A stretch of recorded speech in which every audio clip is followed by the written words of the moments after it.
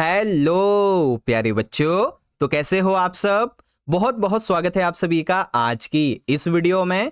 और आज की ये एक स्पेशल और most demanded video class 9th का आपका जो सबसे इंपॉर्टेंट और हार्ड सब्जेक्ट है बच्चों, मैथमेटिक्स यानी कि गणित। इसी के एनुअल यानी कि फाइनल एग्जाम 2025-26 के लिए बहुत ज्यादा इंपॉर्टेंट होने वाली है। जी हाँ बच्चों, क्योंकि जैसा कि आप सभी को पता है कि आने वाले कुछ ही दिनों में यानी कि 16 फरवरी 2026 को, ठीक है, चाहे आप मॉर्निंग शिफ्ट के बच्चे हों या फिर इवनिंग शिफ्ट के, आप सभी का 16 फरवरी को मैथ का जो फाइनल एग्जाम है बच्चों, एनुअल एग्जाम है, ये होने वाला है। ठीक है, और इसके तैयारी के लिए आपके पास में बहुत कम टाइम है। तो बच्चों, कम टाइम के अंदर एग्जाम के लिए आपकी जो प्रिपरेशन है, ठीक है, आपकी जो प्रैक्टिस है बच्चों, वो बहुत अच्छी हो सके, आपकी तैयारी अच्छी हो, आपके अंदर मोटिवेशन आए।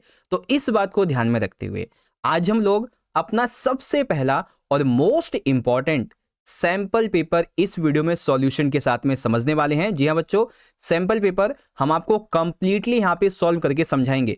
अभी जो सॉल्यूशन है ना, इसके कुछ खास बातें हैं बच्चों। जो भी क्वेश्चन इस वीडियो में हम डिस्कस करने वाले हैं ना, वो सारे के सारे क्वेश्चंस मोस्ट इंपॉर्टेंट हैं, सिलेक्टेड क्वेश्चंस है बच्चों, और रिपीटेड क्वेश्चंस हैं जो पिछले कई साल ऑलरेडी फाइनल एग्जाम में पूछे जा चुके हैं।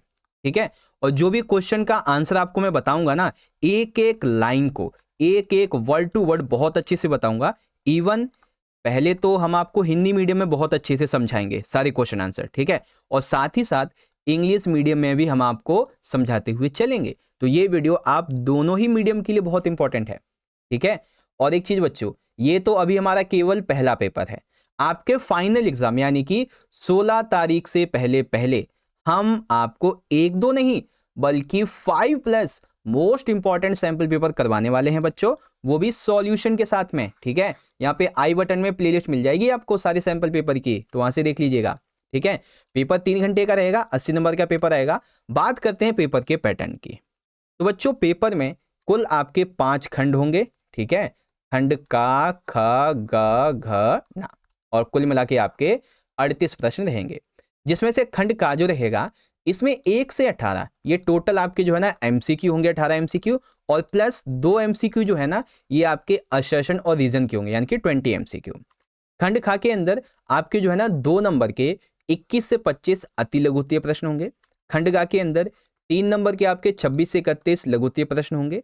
खंड घा, इसमें 5 नंबर के आपके यहाँ पे 32 से 35 लॉन्ग क्वेश्चन होंगे, और 5वें खंड में आपके 3 क्वेश्चन होंगे बच्चों केस स्टडी वाले। ठीक है, 4-4 नंबर के। ओके बच्चों, 2 नंबर के क्वेश्चन में, ठीक है, और 3 नंबर के क्वेश्चन में और 5 नंबर के क्वेश्चन में आपको चॉइसेस यहाँ पे देखने को मिलेंगी। बाकी पाई का मान आपको 22/7 लिखना है, जहाँ पे जरूरी हो वहाँ पे आकृति बनानी है। सेम इसी तरीके से इंग्लिश मीडियम में सेक्शन ए में आपके 20 एमसीक्यू, सेक्शन बी में आपके 2 मार्क्स के क्वेश्चन, सेक्शन सी में 3 मार्क्स के, सेक्शन डी में 5 मार्क्स, और सेक्शन ई में 4 मार्क्स के आपके केस बेस्ड।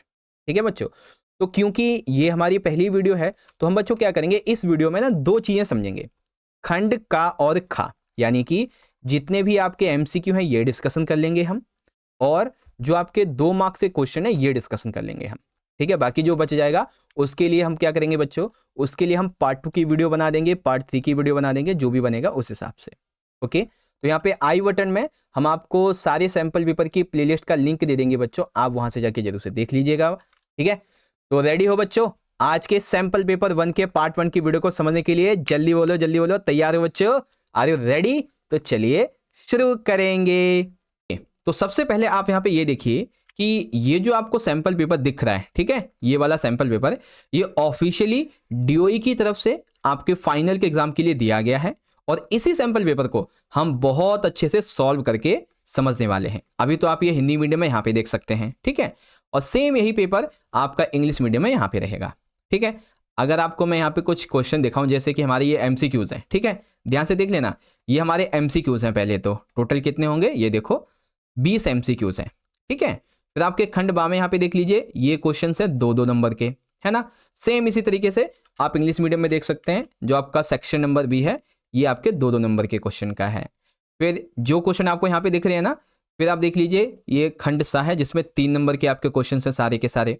ओके, और सेम इसी तरीके से इंग्लिश मीडियम में देखेंगे, ये रहे आपके 3-3 नंबर के। ओके, सो अब हमने क्या किया बच्चों, ये जितने भी आपके क्वेश्चन हैं, चाहे आपके ये इंग्लिश मीडियम में हो चाहे ये आपके हिंदी मीडियम में हो, इन सभी को हमने अपनी तरफ से अलग से तैयार किया है आपकी तैयारी के लिए। ये देखो बच्चों, मैंने क्वेश्चन को लिखा अच्छे से, उसके ऑप्शन को अच्छे से लिखा है, और जो आपको मैं उत्तर बताऊंगा, आंसर बताऊंगा, वो मेरा आंसर सही क्यों है उसकी व्याख्या भी आपको मैं दूंगा। ठीक है, अब इस चीज में काफी मेहनत लगती है बच्चों, काफी ज्यादा, तो इसीलिए मैं कह रहा हूं कि आप सभी बच्चे इस वीडियो पे कम से भी कम 501 लाइक जल्दी से जल्दी कंप्लीट करवा दीजिए। ठीक है, बाकी देखो वीडियो तो आपके लिए आएंगी ही आएंगी, चाहे लाइक टारगेट पूरा हो या ना हो, लेकिन आप कर देंगे भाई तो बहुत अच्छा लगेगा मैं। ठीक है, तो लाइक जरूर कीजिएगा बच्चों। ओके, चलो बच्चों शुरू करेंगे, देखते हैं हमारे सबसे पहले क्वेश्चन से। तो पहला क्वेश्चन हमसे क्या कहा गया है, देखो पहले हिंदी में समझाऊंगा, फिर वही क्वेश्चन फिर आपको इंग्लिश में भी समझाऊंगा। ठीक है, चलो बच्चों, तो देखो यहाँ पे हमारा सबसे पहला क्वेश्चन क्या है, किसी भी दो अपरिमेय संख्याओं का गुणनफल क्या होता है, यानी कि जो दो अपरिमेय संख्याएं होती हैं इनका गुणनफल क्या होता है बच्चों। तो ये कभी तो परिमेय होती है और कभी अपरिमेय होती है। अब ऐसा आंसर ये ठीक क्यों है भाई, क्योंकि देखो अपरिमेय संख्या यानी कि इरेशनल नंबर वह होता है जो कि भिन्न यानी कि फ्रैक्शन के रूप में लिखा नहीं जा सकता है। दो अपरिमेय संख्याओं का गुणनफल जो है वो हमेशा अपरिमेय नहीं होता। जैसे कि एग्जांपल के लिए √2 इंटू √2 कितना होता है 6। अब ये क्या है भाई, ये है परिमेय संख्या, और वहीं √2 इंटू √3 करेंगे तो ये क्या है √6 बनेगा जो कि अपरिमेय संख्या है।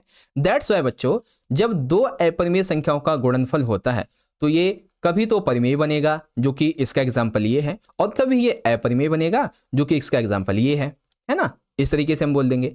अब सेम यही क्वेश्चन इंग्लिश मीडियम में देखेंगे कि what is the product of any two irrational number. तो ये क्या होगा, समटाइम्स रेशनल होगा और समटाइम्स इरेशनल होगा।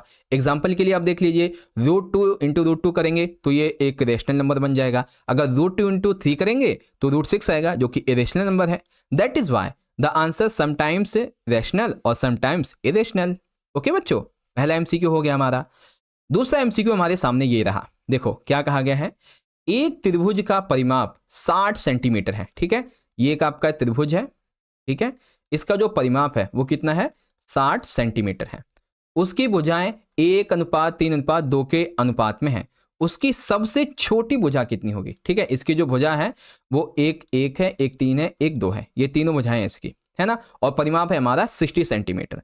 तो बच्चों यहाँ पे हम कैसे निकालेंगे सबसे छोटी भुजा। तो देखो बच्चों, हमारा कुल अनुपात कितना दिया गया है, कुल अनुपात है हमारा 1 3 2। तो हम क्या करेंगे, कुल अनुपात को निकालने के लिए इसको जोड़ देंगे। ठीक है, जोड़ देंगे 1 3 और 2 कितना हो जाएगा 6। तो जो भुजाओं का अनुपात है उसको पहले हम जोड़ेंगे तो हमारा कुल अनुपात निकल के आ जाएगा, कितना आया कुल निकल के 6। ठीक है, अब देखो ये हमारा जो परिमाप है इसका, ये जो परिमाप है हमारा कितना है, ये परिमाप है 60 सेंटीमीटर। तो परिमाप से क्या नाम है, जो हमारी अनुपात है उसको परिमाप से डिवाइड कर देंगे तो कितना आएगा 60/6 डिवाइड कर दिया तो आ गया ये 10। ठीक है, तो सबसे छोटी भुजा जो है वो होगी कितनी 10 सेंटीमीटर। इसीलिए हमारा आंसर कौन सा सही है, सी वाला हमारा आंसर एकदम सही है बच्चों। ठीक है, अब सबसे छोटी भुजा आपको पता चल गई कौन सी होगी। अब सेम इंग्लिश में देखेंगे बच्चों, the parameter of a triangle is 60 centimetre if its sides are in the ratio 1:3:2 then what is the smallest side. तो सबसे पहले बच्चों हम सम कर देंगे, हमारा जो टोटल रेशियो है तो कितना निकलेगा ये 6 निकलेगा। फिर जो हमारा परिमाप है उसको रेशियो से हम डिवाइड कर देंगे तो ये 10 निकलेगा। तो स्मॉल जो साइड है वो निकलेगी आपकी 10 सेंटीमीटर, सबसे छोटी साइड 10 सेंटीमीटर की। That's why option C correct. Okay बच्चों, देखो आ रहा है ना समझ में अच्छे तरीके से। मैंने इसीलिए बहुत बढ़िया तरीके से हर एक क्वेश्चन का आंसर लिखा है ताकि ना हर एक बच्चा इजीली समझ पाए। ओके तो चलिए बच्चों, इसी तरीके से अब हम क्वेश्चन नंबर 3 सॉल्व करेंगे। ठीक है, देखो क्या कहा गया है, यदि बिंदु 2 और 0 समीकरण 2x प्लस में 3y इक्वल टू k का हल है तो k का मान क्या होगा। यानी कि इसमें हमें ना x इक्वल टू 2 लेना है और y इक्वल टू 0 लेना है। ठीक है, और हमें इससे जो k का मान है वो निकालना है। तो देखो बच्चों, सबसे पहले हमें जो समीकरण दिया गया वो लिखेंगे 2x प्लस में 3y इक्वल टू के, है ना। अब जो हमें बिंदु दिए गए वो हम रख देंगे। अब बिंदु के लिए हमें x की जगह 2, y की जगह 0 लेना है। तो 2 ब्रैकेट में 2 इंटू में हो जाएगा प्लस में 3 इंटू 0 इक्वल में k। तो इससे इंटू कर देंगे इसका तो कितना हो गया 4 हो जाएगा, और 3 का 0 से तो 0 हो जाएगा। k इक्वल टू कितना निकलेगा टोटल 4। तो इसीलिए हमारा जो ऑप्शन है डी वाला ये एकदम करेक्ट हो जाएगा। ठीक है, सेम इसी तरीके से जो बच्चे इंग्लिश मीडियम के हैं वो यहाँ से देख लीजिए कि if 2 and 0 is solution of the linear equation two x plus 3y equal to K, तो के की वैल्यू क्या होगी, यहाँ पे ये गलत है, के की वैल्यू होगी आपकी 4। ठीक है, के की वैल्यू कितनी होगी, के की वैल्यू जो है ना आपकी ये निकलेगी 4। ठीक है, इस तरीके से। ओके, तो क्वेश्चन नंबर 4 को हम यहां से देखते हैं। क्वेश्चन 4 में है कि आकृति BC वृत्त का व्यास है। ठीक है, आकृति में देखेंगे तो ये जो BC है हमारा ये वृत्त का व्यास है। ठीक है, ओके, अब BAO ये हमारा है 60 डिग्री, यानी कि ये वाला जो इतना पार्ट है ये हमारा 60 डिग्री है। तो जो कोण ADC है यानी कि कोण AD और C, ठीक है, ये कितना होगा ये हमें यहाँ पे बताना है। तो चलिए उसको सॉल्व करते हैं। इंग्लिश में देख लेंगे बच्चों। In figure BC is the diameter of circle and BAO is equal to 60 degree, then ADC is equal to कितना होगा। ठीक है, तो चलो देखो बच्चों, चूंकि BC जो है बच्चों ये वृत्त का व्यास है, इसीलिए कोण BDC कितना होगा, 90 होगा हमेशा, क्योंकि भाई देखो व्यास पे जो कोण बनता है ना वो हमेशा 90 डिग्री का होता है। ठीक है, अब देखो त्रिभुज ABC यानी कि हमारा जो त्रिभुज ये दिया गया है ना, त्रिभुज ABC, ठीक है ना, इस तरीके से ये कितना दिया है, ये है हमारा 60 डिग्री। ठीक है, त्रिभुज ABC में जो हमारा BAO है ये 60 डिग्री है, क्योंकि O जो है बच्चों ये एक केंद्र बिंदु है, इसीलिए कोण BOC is equal to 2 into कोण BOA यानी कि 2 into 60 degree is equal to कितना निकलेगा, 120 डिग्री। ठीक है, पराधीय कोण ADC हमेशा केंद्रीय कोण BOC का आधा होता है, इसीलिए हमारा ADC कितना हो जाएगा, 1/2 इंटू 120। तो इसको इससे काट देंगे, ये निकल के आएगा 60 डिग्री। तो इसीलिए सही आंसर जो है वो निकलेगा हमारा 60, यानी कि जो हमारा ADC है ये कितना निकलेगा बच्चों, 60 डिग्री निकलेगा। सेम यही क्वेश्चन इंग्लिश मीडियम में आप देख लेंगे, यहाँ पे ये रहा। ठीक है, अब इजीली आप देख सकते हैं बच्चों, BC is the diameter of the circle, BAO is equal to 60। ठीक है, और स्टेप 1 ये रहेगा, स्टेप 2 रहेगा ये, और O जो कि सेंटर बिंदु है सर्कल का, इसलिए इसको डिवाइड कर देंगे, मतलब इनटू करेंगे इसको हम, तो 120 आ जाएगा। और the angle subtended by the same are the क्या नाम है, circumference is always half of the angle subtend at the centre, तो दैट्स वाई इसको हाफ कर देंगे। ठीक है, तो ये 60 डिग्री आ जाएगा। ओके, चलिए, तो ये हो गया हमारा क्वेश्चन 4। अब हम लोग क्वेश्चन नंबर 5 को देखने वाले हैं। तो क्वेश्चन 5 हमारा कुछ इस तरीके से बच्चों, यदि एक शंकु का आधार व्यास 10.5 सेंटीमीटर है और उसकी तिरछी ऊंचाई 10 सेंटीमीटर है, तो उसकी इस वक्र सतह का क्षेत्रफल कितना होगा। अब ठीक है, यहाँ पे एक ना हमें ये इस तरीके से दिया गया है कि एक शंकु का आधार व्यास कितना है बच्चों, 10.5 सेंटीमीटर, इसकी तिरछी ऊंचाई 10 सेंटीमीटर है, तो इसके वक्र का क्षेत्रफल क्या होगा। तो बच्चों ध्यान से समझिएगा, क्षेत्रफल तो रहेगा इसका 165 वर्ग सेंटीमीटर। ठीक है, 165 वर्ग सेंटीमीटर निकलेगा कैसे, तो देखो वक्र सतह क्षेत्रफल यानी कि कर्व्ड सरफेस एरिया CSA का सूत्र लगाएंगे। तो CSA equal to pi RL है ना, यहाँ पे जो R है वो हमारी त्रिज्या है, कितनी निकालने के लिए 10.5/2, तो कितनी निकलेगी यार बच्चों, 5.25। अब L यानी कि तिरछी ऊंचाई लंबाई कितनी है बच्चों, 10 सेंटीमीटर, पाई का मान 22/7। ठीक है, तो पाई RL मिल गया। बस अब इसी को फॉर्मूला में पुट कर दीजिए, तो CSA पाई में 22/7, अब क्योंकि त्रिज्या जो है वो आधी होती है हमेशा, है ना, तो इसलिए 5.25 सेंटीमीटर है ये, तो इसीलिए ये कितना हो गया यहाँ पे, ये हो गया इस तरीके से। और फिर हम इसको माइनस वो क्या नाम है काटते जाएंगे और मल्टीप्लाई कर देंगे, तो कितना निकलेगा 165 वर्ग सेंटीमीटर। ठीक है, तो वक्र का जो सतह है क्षेत्रफल है वो कितना निकलेगा, 165 सेंटीमीटर। ओके, सेम यही क्वेश्चन इंग्लिश मीडियम में देखेंगे। The base diameter of a cone is 10.5 centimetre and it's slant height is 10 centimetre, what is the area of its curved surface. तो एरिया कितना होगा बच्चों, 165 सेंटीमीटर। अब क्यों है, तो पहले तो हम CSC वाला फॉर्मूला अपना लगाएंगे। रेडियस हमारा 5.5 निकलेगा यहाँ पे। ठीक है, रेडियस हमारा 5.5 निकलेगा यहाँ पे। ठीक, और जो हाइट है साइलेंट वो 10 सेंटीमीटर है, पाई का मान 22/7 है। तो CSA में हम अपना फॉर्मूला भर देंगे पाई/RL, जो हमारे पास में सारा जो डेटा है, बस काटेंगे पीटेंगे 165 स्क्वायर मीटर निकल के आ जाएगा। ओके बच्चों, तो ये हो गया हमारा क्वेश्चन नंबर 5। ओके, तो चलिए क्वेश्चन नंबर 6 को देखते हैं। और बच्चों ऐसा क्वेश्चन ना एग्जाम में जरूर आ जाता है। ठीक है, क्वेश्चन क्या है, यदि x प्लस में 2 बहुपद x की क्यूब माइनस में 2ax² और प्लस में 16 इसका गुणनखंड है, तो इस इक्वेशन में इस बहुपद में a का क्या मान होगा ये निकालना है। ठीक है, तो भाई देखो मान तो निकलेगा 7, लेकिन कैसे निकलेगा ये देखो, यदि x प्लस में 2 बहुपद का गुणनखंड है, ठीक है, ये हमारा इस बहुपद का गुणनखंड है, तो इसीलिए x इक्वल टू कितना होगा, -2 इसमें रखने पे हमारा मान 0 आना चाहिए, है ना। तो इसीलिए यहाँ पे x के क्यूब को तोड़ेंगे तो कितना होगा, ये -2 की क्यूब।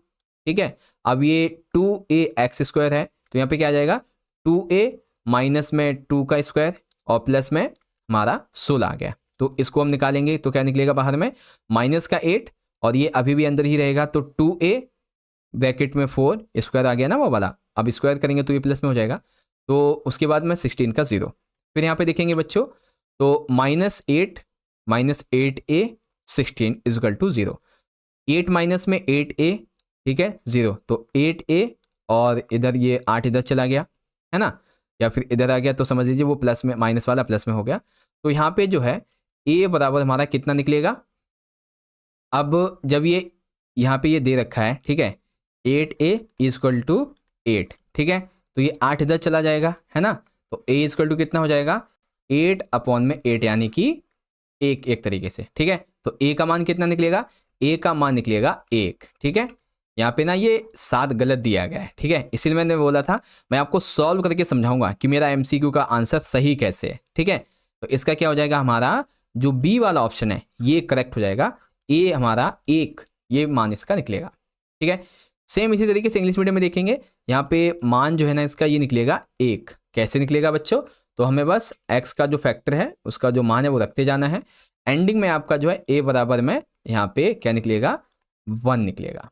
ओके बच्चों, चलिए अगला क्वेश्चन देखते हैं, क्वेश्चन नंबर है 7। बहुत अच्छा प्रश्न है बच्चों, देखो इसमें कहा गया है यदि 2 गोलों की जो त्रिज्याएं हैं इनका अनुपात 1:4 है, तो उनके आयतनों का अनुपात क्या होगा, यानी कि जो 2 गोले हैं इनकी त्रिज्याओं का अनुपात है 1:4, तो उनके आयतनों का अनुपात क्या होगा ये बताना है बच्चों। ठीक है, तो बड़े ध्यान से देखो, सबसे पहले तो गोले के आयतन यानी कि वॉल्यूम का सूत्र क्या होता है, सर्कल वॉल्यूम ऑफ सर्कल क्या होता है बच्चों, v equal to 4/3 pi R की क्यूब, 4/3 पाई आर की क्यूब।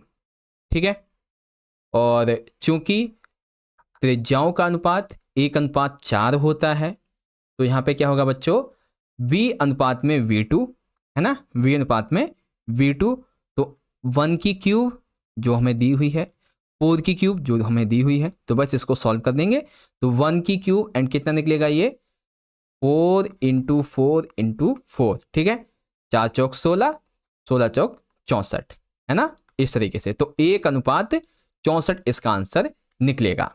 ठीक है, कितना निकलेगा बच्चों, 1:64 की क्यूब। ओके बच्चों, जो कि इसका आयतन होगा। ओके, निकल गया समझो। चलो अब जो बच्चे इंग्लिश मीडियम के यहाँ से देखिएगा कि if the ratio of the radii of 2 spheres is 1:4, then what will be the ratio of their volumes, तो क्या रेशियो होगा वॉल्यूम का, तो वॉल्यूम का रेशियो 1:64 होगा। ओके, चलिए क्वेश्चन नंबर 8, यदि दी गई आकृति में LM है तो x का मान क्या होगा। ठीक है, अभी आकृति आपको दिखाते हैं, हाँ ये रही, देखो बच्चों, यदि दी गई आकृति में जो L और M है, ठीक है, LM ये, ठीक है ना, ये जो है ये और ये, ठीक है, तो इसमें जो हमारा x है, ठीक है, ये जो आप देख रहे हैं ना, इसमें जो x है बच्चों, इसका क्या मान होगा ये हमें निकालना है। ठीक है, तो x का मान क्या होगा बच्चों, चलो इसको निकालते अच्छे तरीके से। देखो यदि 2 रेखाएं समानांतर होती हैं, ठीक है, तो LM, तो उनके बीच बनने वाले कोण भी समानांतर रेखाओं के नियमों का पालन करते हैं। वैकल्पिक कोण x समान होते हैं, इसीलिए x का मान कितना होगा यहाँ पे 60 होगा। ठीक है, वैकल्पिक कोण इसमें समान होते हैं, इसीलिए यहाँ पे x का आप जो ये मान देख रहे हैं यहाँ पे x का मान, ये क्या होगा बच्चों, x का मान ये इसका 60 रहने वाला है।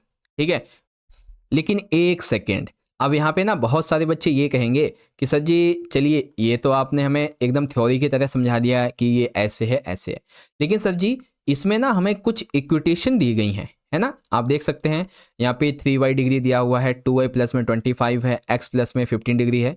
तो सर इसको हम कैसे सॉल्व करें, थोड़ा सा ये भी बता दीजिए, है ना। चलो आपको मैं ये भी सॉल्व करवा देता हूँ। देखो बच्चों, समानांतर रेखाओं के लिए समानांतर कोण यानी कि अल्टरनेटिव इंटीरियर एंगल्स ये हमेशा बराबर हो गए।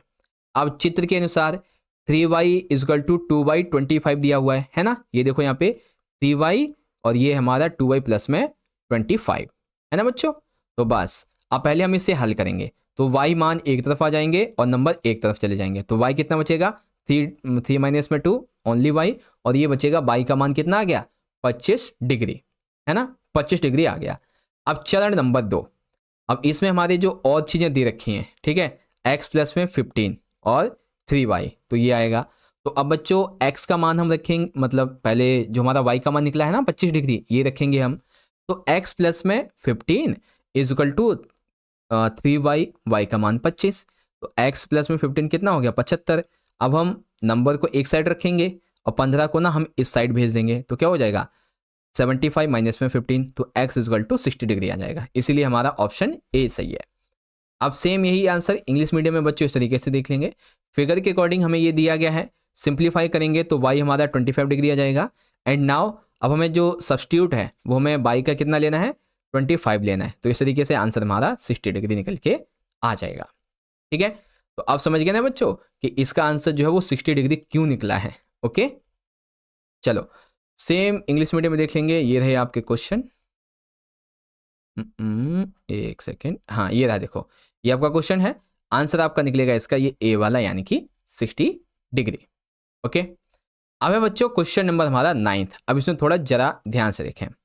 यदि एक टाउनशिप में 4 हाउसिंग सोसाइटी और उन्हें जोड़ने वाली सड़कों का मानचित्र दिया गया है, ठीक है, तो सोसाइटी 1 और सोसाइटी 3 पर बने कोणों का कितना योग होगा। यानी कि देखो आपको ना ये दिया गया है जिसमें टोटल हमारी 4 सोसाइटी हैं।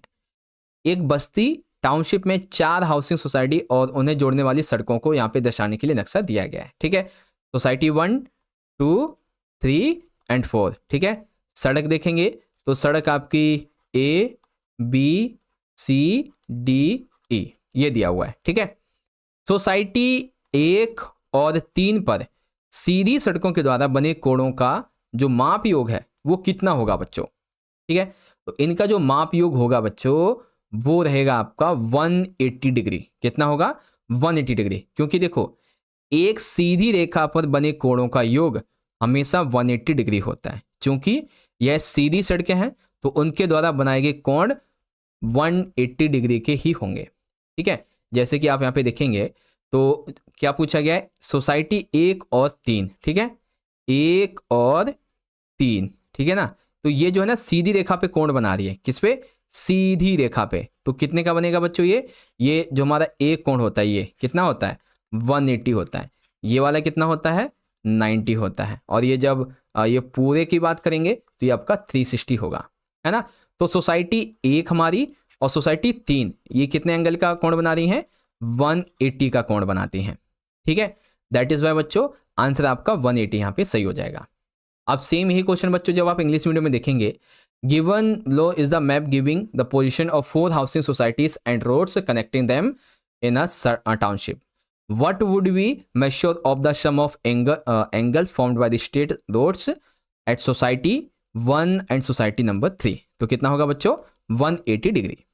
ओके ओके, तो चलिए बच्चों अब हमारा जो क्वेश्चन नंबर 10 है ना ये थोड़ा सा डिफिकल्ट है। ठीक है, बड़े ध्यान से देखिएगा। क्वेश्चन में कहा गया है एक त्रिभुजाकार बोर्ड के किनारे 6 सेंटीमीटर, 8 सेंटीमीटर और 10 सेंटीमीटर के, यानी कि एक बोर्ड है जो कि कुछ इस तरीके का त्रिभुजाकार है। ठीक है, इसमें एक भुजा है 6 सेंटीमीटर, एक है 8 सेंटीमीटर और एक है 10 सेंटीमीटर। ठीक है, अब इसे 9 पैसे प्रति वर्ग सेंटीमीटर की दर से हमें पेंट करना है। कितने से 9 पैसे प्रति वर्ग सेंटीमीटर की दर से। तो कुल लागत कितनी होगी ये हमें यहाँ पे बताना है। ओके, तो वैसे देखो इसका आंसर जो है ना वो निकलेगा 2 रुपए 16 पैसे। कितने? 2 रुपए 16 पैसे।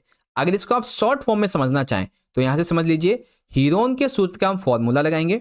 ठीक है, तो वन इज मतलब ए इक्वल टू 1/2 इंटू में हमारी भुजाएं आ जाएंगी। ठीक है, 2 भुजाएं, 6 और 8 पहली 2 भुजाएं, तो कितना आएगा 24 वर्ग सेंटीमीटर। फुल पेंटिंग की लागत 24 इंटू 0.009, ये आ गया 2.16 रुपए। लेकिन यहां पे ना अगर आप इतना करके आओगे, मान लीजिए ये क्वेश्चन 3 नंबर में आ गया, तो इतने नंबर नहीं मिलेंगे। इसीलिए मैं इसको आपको एकदम क्लियरली अच्छे तरीके से समझाता हूं। अब ध्यान से देखिएगा। देखो, त्रिभुज के क्षेत्रफल को हम हीरोन के सूत्र के द्वारा ज्ञात करेंगे। हमें 3 किनारे दिए गए हैं, ए 6 सेंटीमीटर है, बी 8 सेंटीमीटर और सी 10 सेंटीमीटर। तो पहले निकालेंगे अर्ध परिमाप। ठीक है, तो अर्ध परिमाप यानी कि एस इक्वल टू तीनों भुजा का योग बटे में 2।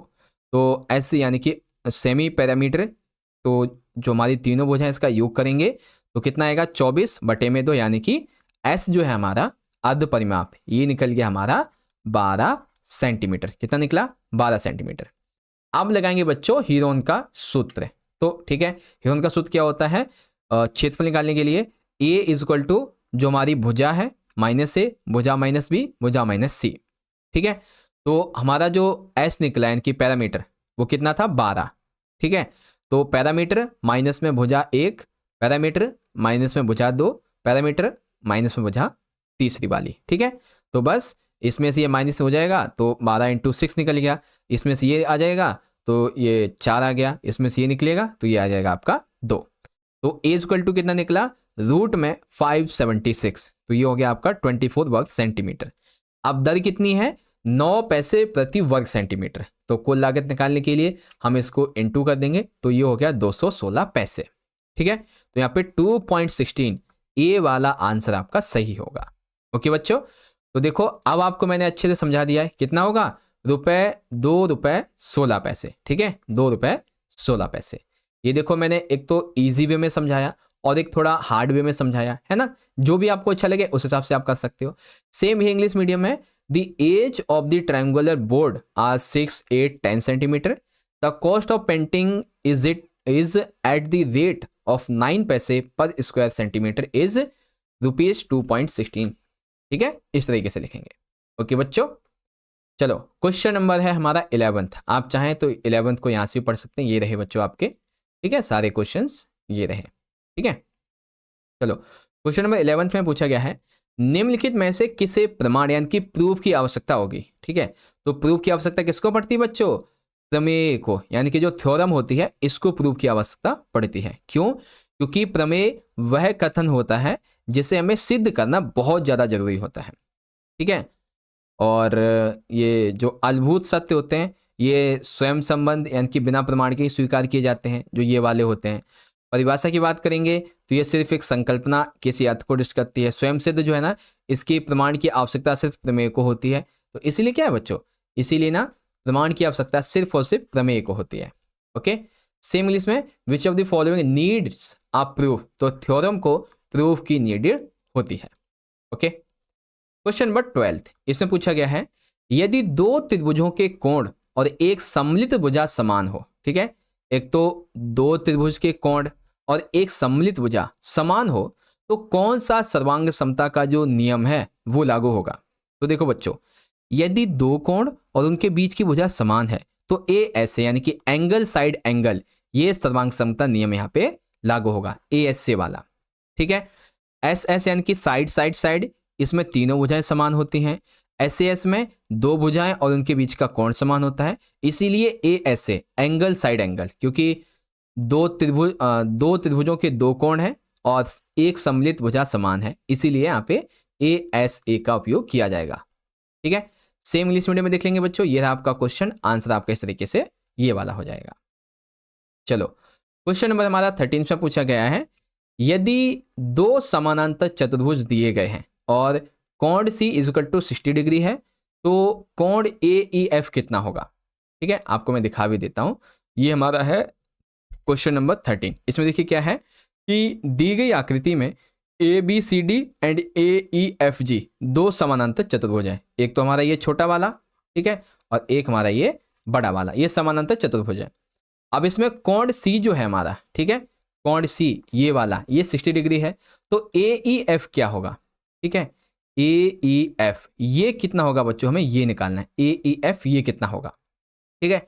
तो देखो कितना होगा, ये ध्यान से देखो, समानांतर चतुर्भुज के जो यानी समांतर चतुर्भुज में विपरीत कोण समान होते हैं, इसीलिए कोण सी है तो उसका पूरा कोण कितना होगा, पूरा कोण जहां से ये निकला है 180, तो माइनस में 60 कर देंगे तो 120 होगा। इसीलिए कोण ए ई एफ का मान जो है बच्चों ये कितना होगा, ये निकलेगा आपका 120 डिग्री। कितना निकलेगा, 120 degree.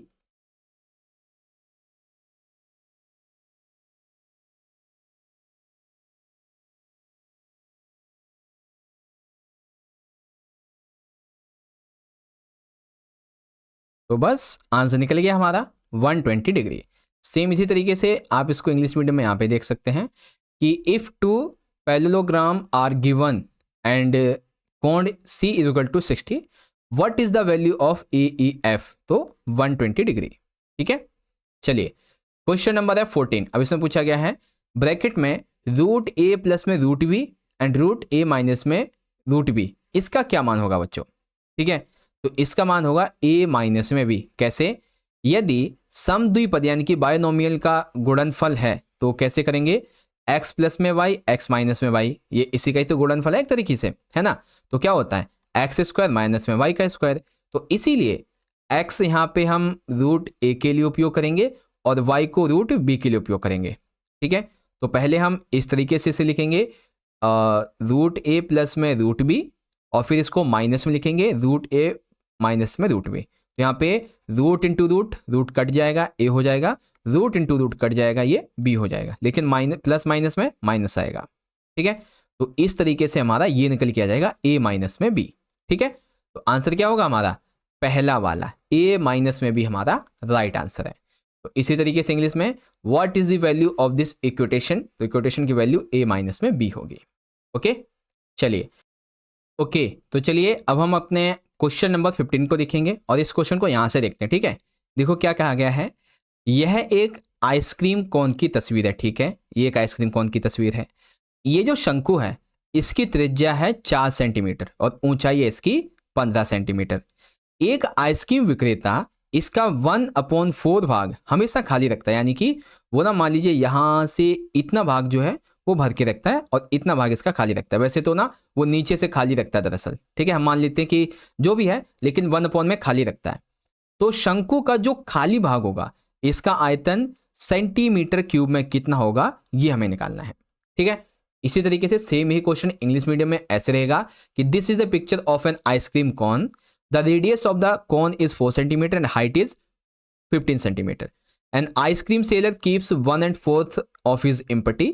What is the value in centimeter cube of the empty part of the cone? तो बच्चों आओ ध्यान से समझते हैं। देखो सबसे पहले हमें त्रिज्या कितनी दी गई है 4 सेंटीमीटर, हाइट कितनी है 15 सेंटीमीटर।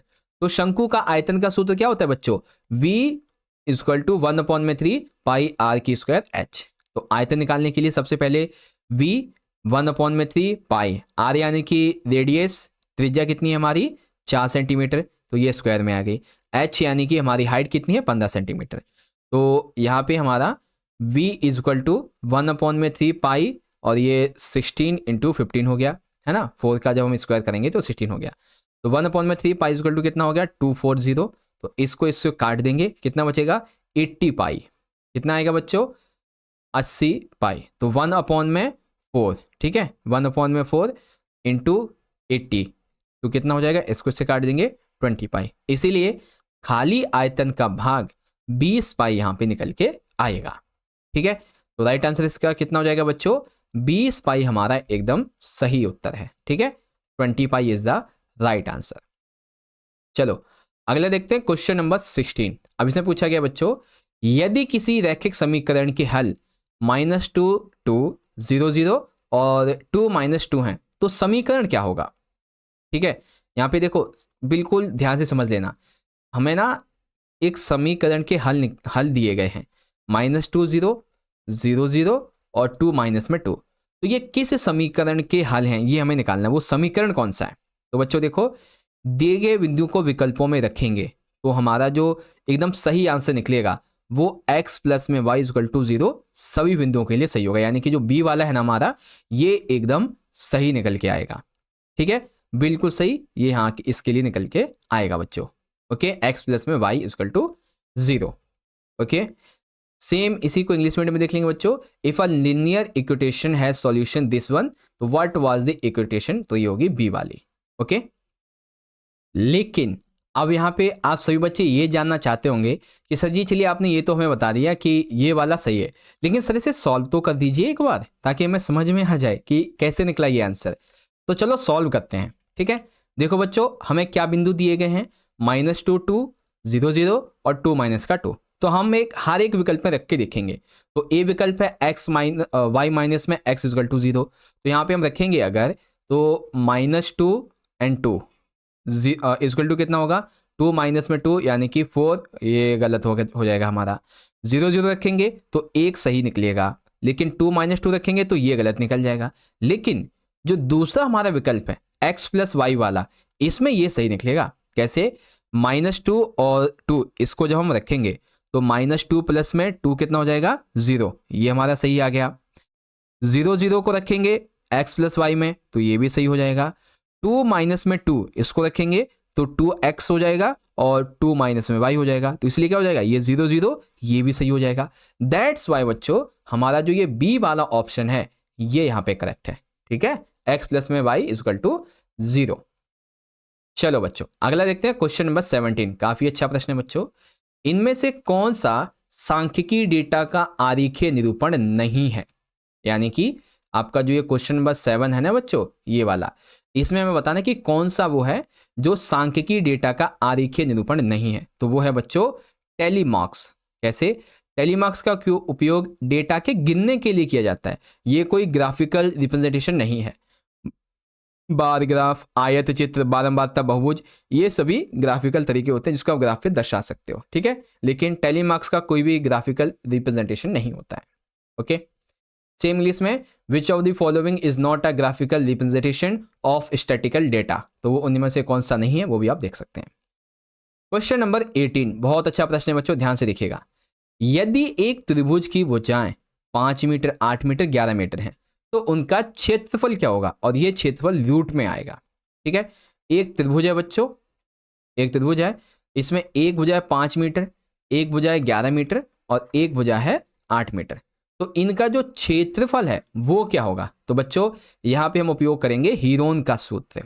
ठीक है, हीरोन का सूत्र। तो इसके लिए हमें क्या करना होगा बच्चों, इसके लिए सबसे पहले हमें जो हमारी भुजाएं दी गई हैं इनका योग करना होगा, है ना। जो हमारी भुजाएं हैं ये देख सकते हैं, ये भुजाएं हैं ना, इनका योग करेंगे तो 5 प्लस में 8 प्लस में 11 अपॉन में 2, तो कितना जाएगा 24 बटे में 2 इक्वल टू, इसको काट देंगे, कितना जाएगा 12।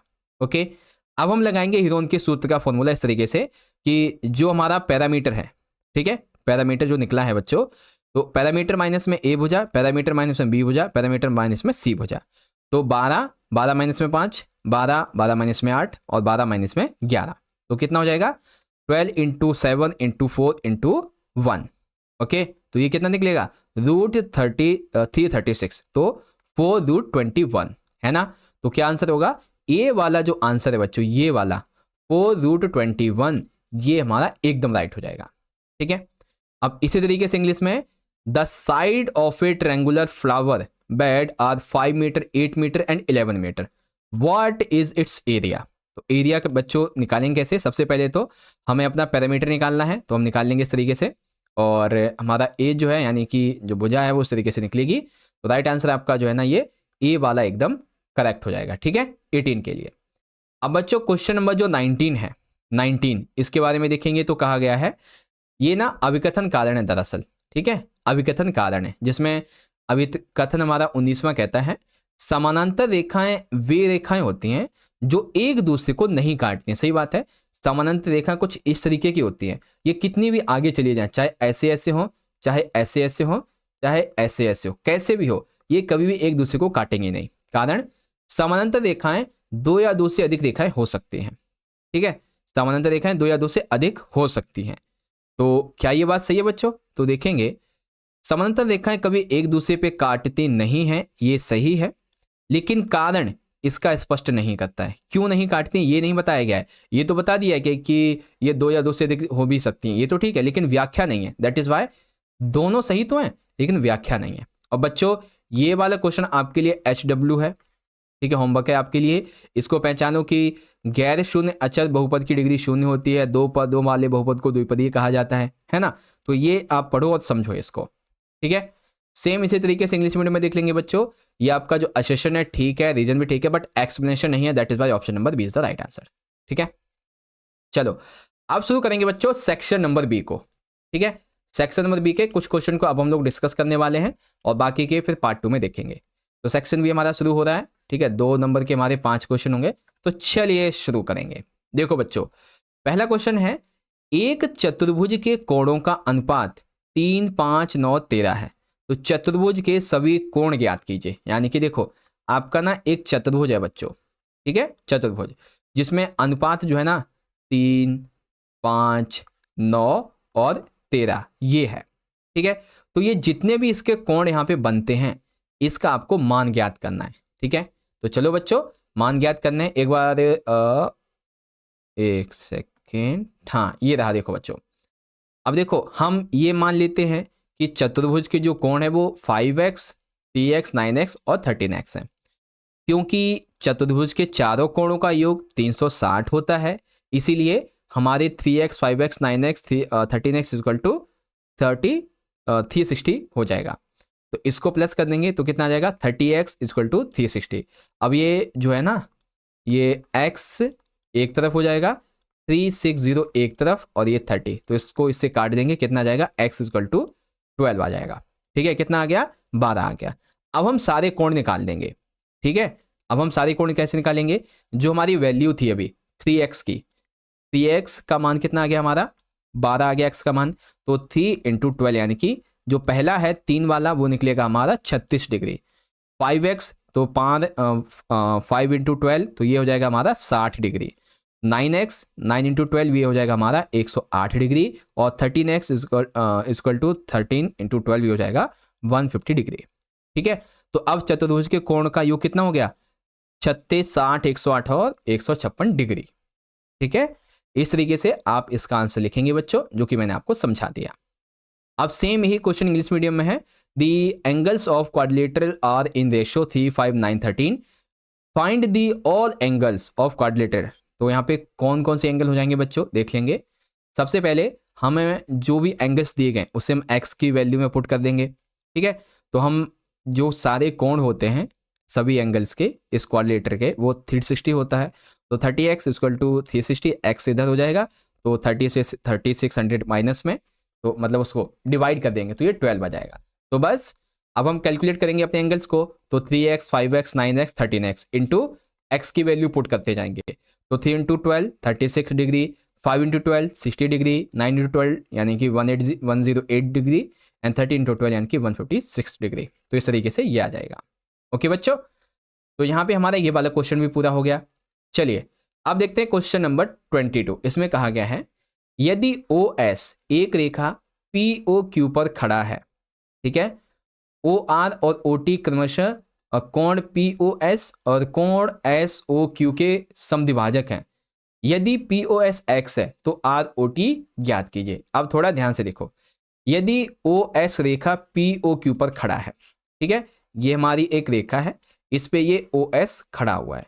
यदि OR और OT, ठीक है, OR और OT, POS और SAQ, ठीक है, POS ये वाले POS और SAQ, S, ठीक है, SAQ, ठीक है, SOQ बेसिकली SOQ के समद्विभाजक है।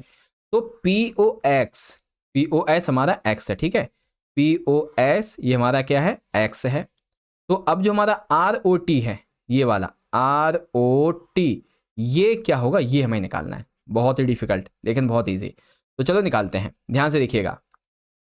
क्योंकि OR और OT क्रमशः POS और ओ क्यू के समद्विभाजक हैं, इसीलिए हम पी ओ आर को x/2 और क्यू ओ टी को x/2 लिख देंगे।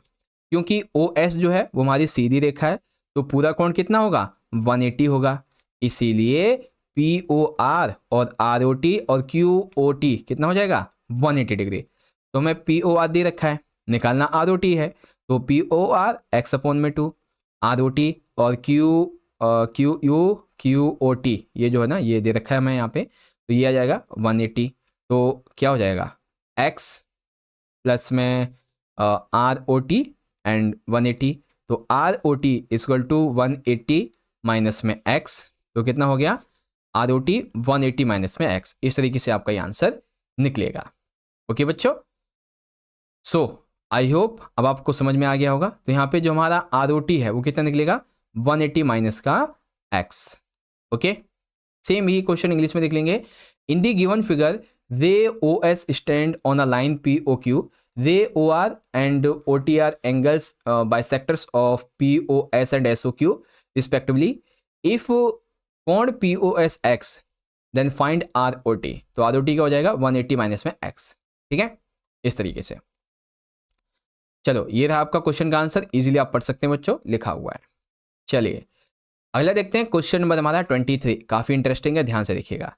यदि एक बिंदु C, A और B के बीच में इस प्रकार स्थित है कि AC is equal to BC, तो सिद्ध कीजिए कि AC इज इक्वल टू 1 में AB होगा। या फिर आप इसे यहां से समझ सकते हो, ये हमें एक सेकेंड, ये दिया गया इस तरीके से। यदि एक बिंदु C दो बिंदुओं A और B के बीच इस प्रकार स्थित है कि AC is equal to BC है, तो सिद्ध कीजिए AC is equal to 1/2 AB। चित्र बना के स्पष्ट करना है। ठीक है, तो चित्र आप बनाइएगा, मैं आपको इसका आंसर बताता हूं। देखो, क्योंकि बिंदु C A और B के बीच में स्थित है, ठीक है, बिंदु C जो है वो A और B के बीच में स्थित है, तो AC is equal to BC। इसका मतलब क्या हो गया, C बिंदु A और B का मध्य बिंदु मिड पॉइंट है, इसलिए हम क्या लिख सकते हैं AC is equal to BC। और पूरा AB इस प्रकार से होगा, AC प्लस में BC is equal to AB, तो AC प्लस में AC is equal to AB, 2AC is equal to AB, और इस तरीके से हमारा ये सिद्ध हो जाएगा। ठीक है, अब सेम यही क्वेश्चन का आंसर इंग्लिश मीडियम में आप यहाँ पे देख लेंगे।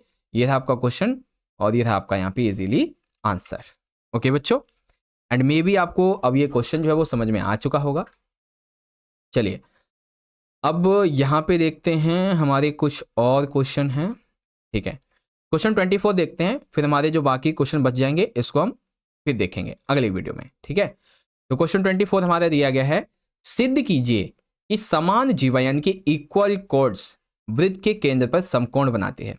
क्या सिद्ध करना है कि समान जीवा वृत्त के केंद्र पे समान कोण बनाते हैं। तो बच्चों पहले तो सिद्ध करने की विधि लिखेंगे। क्या विधि है, मान लेते हैं कि AB और CD दो समान जीवाएं हैं। ठीक है, AB और CD दो समान जीवा हैं।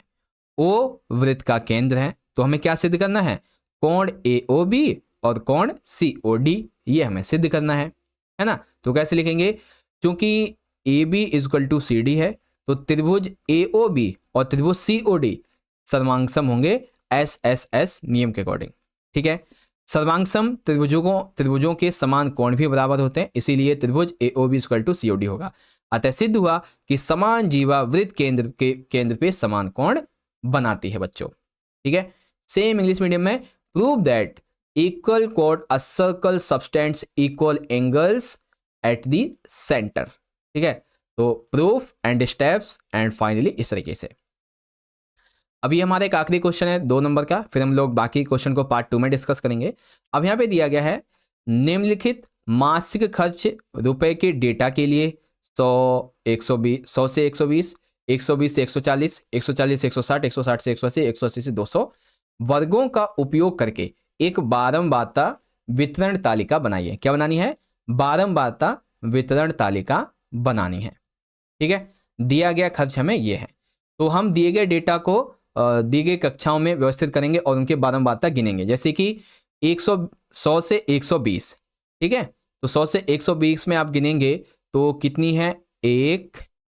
ठीक है, एक ही है, तो इसके लिए हम बारंबारता ऐसे लिख देंगे। और फिर 120 से 140 में देखेंगे तो 1 2 3, ठीक है। तो इसके लिए बारंबारता ऐसे लिख देंगे। और 140 से 160 में देखेंगे 1 2, है ना। तो इसके लिए बारंबारता इस तरीके से है। 140 से 160 से 180 में देखेंगे 1 और 2 3, ठीक है। तो इसके लिए 3 ऐसे लिख देंगे। और 180 से 200 के बीच में एक है 180 188, तो ये हमारा ये 1 हो जाएगा। तो ये हो गई हमारी बारंबारता सारणी, है ना। अब इसमें कुछ चीज़ें और लिख देते हैं, जैसे कि व्याख्या कर देंगे। 100 से 120 में केवल 115 एक बार आए तो बारंबारता 1 है। 120 से 140 में ये 3 अंक आए हैं तो बारंबारता 3 है। 140 से 160 में ये 2 आए हैं तो बारंबारता 2 है। 160 से 180 में ये 3 बार आए हैं तो ये 3 है। 180 से 200 में ये 1 बार आए तो 1 है। अतः बारंबारता जो वितरण तालिका है वो आपकी ऐसे बनेगी। सेम इसी तरीके से इंग्लिश में देखेंगे बच्चों। The following is monthly expenditure ₹10 families of the particular area. तो बच्चों इसके लिए बारंबारता सारणी आप कुछ इस तरीके से बनाएंगे बच्चों, इजीली आप पढ़ सकते हैं, ठीक है। अब हमारे जो क्वेश्चन बच गए हैं बच्चों, आप यहाँ पे चाहे तो देख सकते हैं। ये आपका खंड नंबर सी है, इसमें आपके 3 नंबर के 6 क्वेश्चन हैं, अभी ये बच गए, ठीक है। फिर आपका जो चौथा खंड होगा 5 नंबर के क्वेश्चन ये अभी बच गए, ठीक है। और खंड ई में केस स्टडी वाले क्वेश्चन ये अभी बच गए। तो इन सभी क्वेश्चंस को आपको मैं समझाऊंगा पार्ट नंबर 2 की वीडियो में। ओके, तो इस तरह से प्यारे बच्चों आप सभी ने मेरे साथ मिलके 9th क्लास के अपने मैथ के फाइनल के एग्जाम के लिए एक जो इंपॉर्टेंट सैंपल पेपर है बच्चों, ठीक है, पहला वाला पेपर, इसके पार्ट 1 को तो यहाँ पे पूरा कर लिया है, ठीक है। अब जो पार्ट 2 की वीडियो होगी ना, उसके अंदर हम आपको बताएंगे आपका जो खंड नंबर गा और घा रहेगा, यानी कि 3 नंबर के क्वेश्चन और 5 नंबर के क्वेश्चन के लिए हम पार्ट 2 का वीडियो बना देंगे। बाकी जो केस स्टडी रहेगा इसके लिए अलग से सेपरेट 15 से 20 मिनट का वीडियो बना देंगे पार्ट 3 का, तो उसमें आपको समझा दिया जाएगा, ठीक है। वेल आई होप आपको सारी क्वेश्चन सारी वीडियो समझ में आ चुकी होगी। अब आपको वीडियो अच्छी लगी है तो लाइक जरूर करना बच्चों, इससे हमें बहुत मोटिवेशन मिलता है। अपने सभी दोस्तों में जरूर से शेयर कीजिएगा और आप हमें कमेंट बॉक्स में अपनी राय जरूर बता सकते हैं कि आपको वीडियो कैसी लगी है सारी चीज़ों के बारे में, ठीक है। बाकी चैनल को सब्सक्राइब करके बेल नोटिफिकेशन को ऑल पे जरूर सेट करना बच्चों, और आप हमें चाहें तो इंस्टाग्राम पे फॉलो भी कर सकते हैं, ठीक है। तो चलो बच्चों मिलते हैं आपसे इसी सैंपल पेपर के पार्ट 2 की वीडियो के साथ। तब तक के लिए आप सभी बच्चे पढ़ते रहिए और अपना ख्याल रखिएगा। बहुत बहुत धन्यवाद। जय हिंद, जय भारत, वंदे मातरम।